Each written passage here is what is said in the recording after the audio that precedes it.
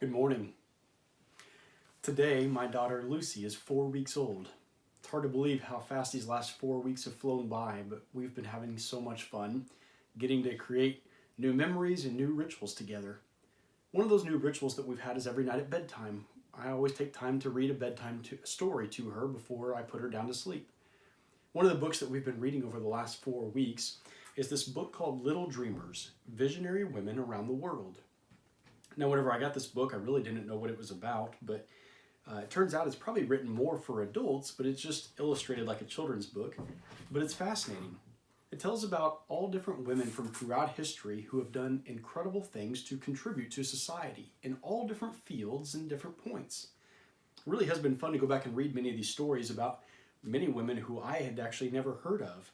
But it made me so grateful as I think about all of the women who have worked and sacrificed so much throughout the years to be able to open doors of opportunity that my daughter Lucy will get to enjoy in her life. One of the women I read about was a woman named Ada Lovelace. Ada Lovelace, it turned out, grew up back in the 1800s during the Industrial Revolution in England.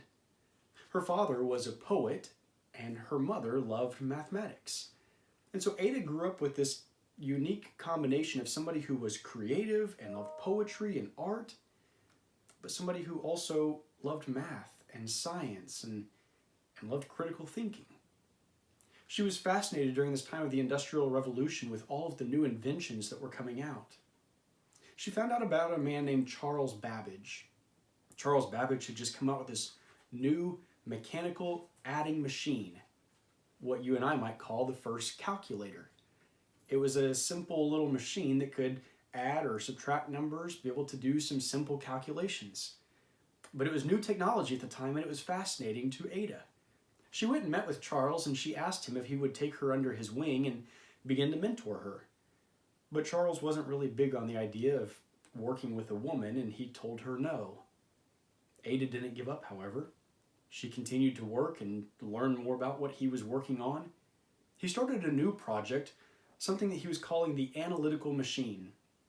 The analytical machine was building on this adding machine that he had, and it was going to be able to do more calculations. Well, Ada learned about this technology, and she wanted to continue to work with him. And so she actually got an article that was written about his new analytical engine, and it was written in Italian. She translated it into English, added her own notes and commentary to it, and then presented it to Charles. He was so impressed with her work and with her translating skills and with the notes that she had added that he finally agreed to let her come alongside and work with him. They started working on this analytical engine, and Ada started to see all kinds of new opportunities of how this could be used. She saw that by simply adding in some different sequences of numbers, known as the Bernoulli numbers, she could add this into this new engine, and it would be able to do a limitless number of calculations and other tasks as well. It was incredible, this theory that she had. She started writing down all of her ideas and theories about it. Now, the fascinating thing was that in that time, the technology didn't actually exist to ever be able to build the analytical engine. So although Ada and Charles had come up with all the ideas and the theories behind it, it was never actually built. And so many of these ideas were simply put away to the side as something that most people saw as unrealistic. It wasn't for about another 100 years before people finally came back and discovered Ada's letters and her theories and things that she had talked about, and they were able to put it all together, and what they found is that Ada Lovelace had actually designed and invented the first computer and computer programming 100 years earlier. Ada was 100 years ahead of her time, helping to build and design the very first computer. Now, although it was actually never brought to reality, she did incredible things to advance technology and science in our world because she was willing to think outside the box, to be innovative, and to use that God-given gift to dream, to see the opportunities to address the challenges of the world. Today, you and I face many challenges in our world.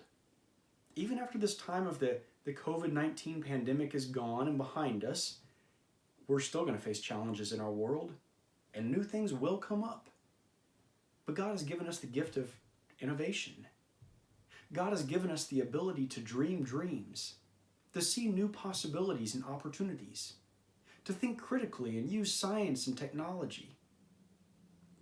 I believe whenever we're willing to ask the questions like, wouldn't it be great if? To dream new dreams and to be innovative like Ada Lovelace was, it's amazing how God is able to use that to bless life, to change this world for the better. I hope you have a great day.